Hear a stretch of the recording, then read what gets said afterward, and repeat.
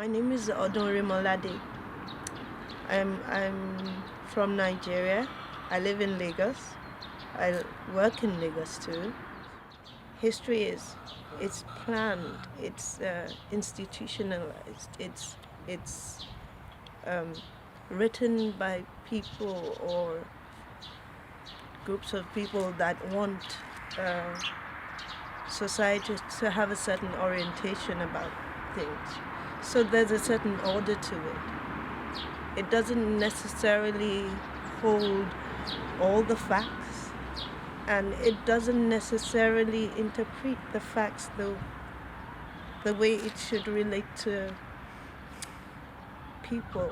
History, in whatever form, written, in archives, it normally directs its audience to what it wants it to learn. I started thinking, how far could we remember? Where does the record of memory start? And I found out that records of memory start with the fetus, scientifically speaking. When I read what this year's collab was supposed to be about, it made me think about the womb as a space, as a poetic space, as a space where we've all individually and collectively been. Orientation is important to human behavior. What people believe in or have as personal principles, declared or undeclared, are the propelling forces of how they think and act. These two phenomena, thought and action, are two factors that are the foundation of social engagement and interaction. Therefore, the propellers of our thoughts and actions are the basis for all that happens in our world. What are the forces that influence us enough as human beings to manipulate our thought directions and ultimately our actions individually and collectively? These galvanizers, in a sense, become the powers that rule the state of the world at large. We referenced memory through history and myth by engaging the womb as poetic space. The gestation period of humans will present an intriguing viewpoint concerning possibilities in tracing influences and orientations or imaginations around it in our adulthood. This is a space that we all have knowledge of, have all been tangibly in some way, but we have no memory of. In assessing the import behind archiving policies, laws, and narratives about pre-birth ideologies and its impact and import on us in our social development, we are confronted by the institutionalized knowledge that we are fed and is considered acceptable. In this research, we juxtapose this with the wide world of myths and fables that are woven by stories and memories.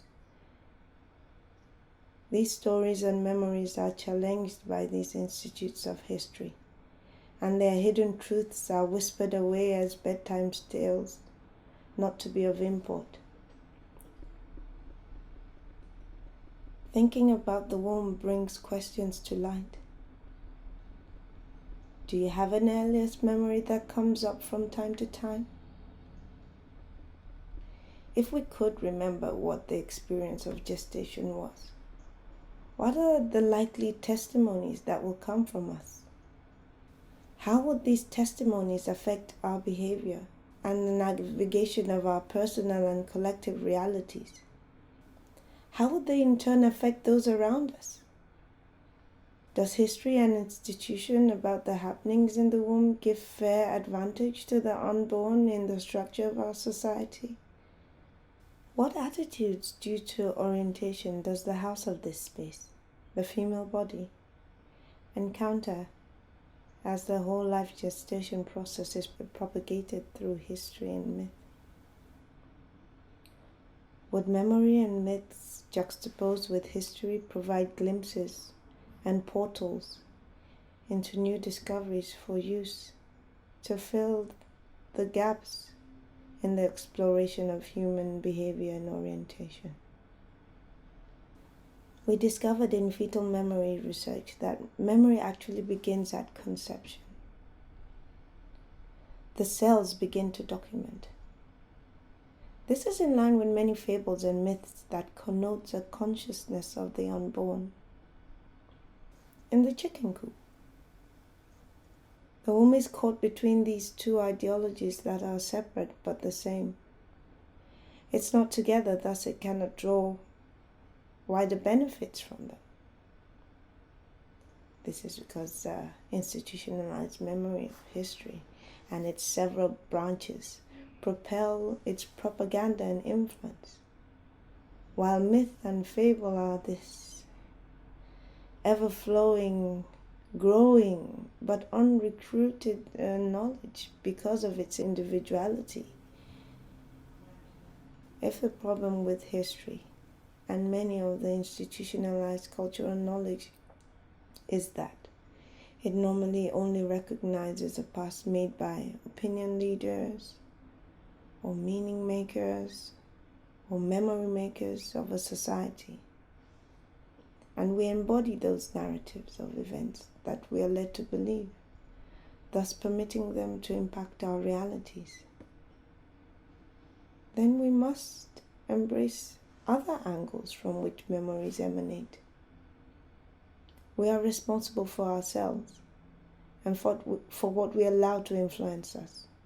We should be the ones harnessing memories and deciphering what and what not to imbibe, while blending where we deem fit.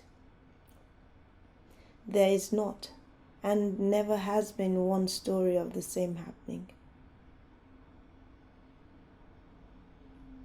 We looked into excavating memory and the ideas of Jürgen Habermas's communicative action into the woods. Here we pool our discoveries and draw upon our own reflections. It is rather open-ended, but that is just the case with the wide tentacles of memory. There's so many angles to take it from. What we can do is confer with one another consistently upon every discovery or new process.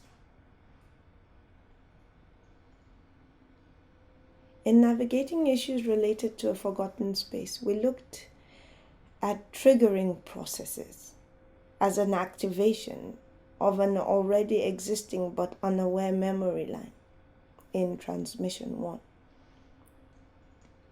We looked at how different kinds of memory can be generated in a plethora of channels that presents a wide range from borrowed, false, inherited memories, and so forth, to transport the individual back to this concept of space or of knowledge that is lacking in memory. Along our research, we met with the psychologist Annette Helgren, who works with fetal memory in her therapy practice. She explained why science works directly with genes and cells in investigation, because the cells in our bodies remember everything.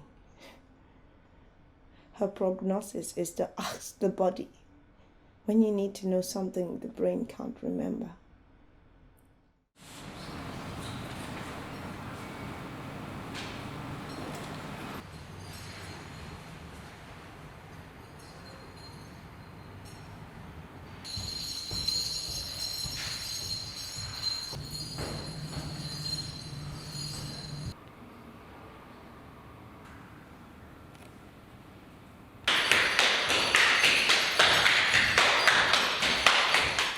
It's interesting to find how much memory our body stores and that our brains are unaware of.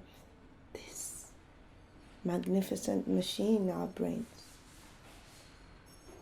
Our bodies experience 2 million sensational impacts per second, and less than 200 of these get into the brain consciousness.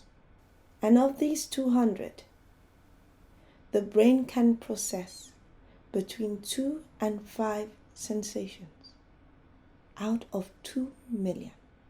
Then all this memory is just stored up in our cells, waiting to be triggered to get to that space we can't remember.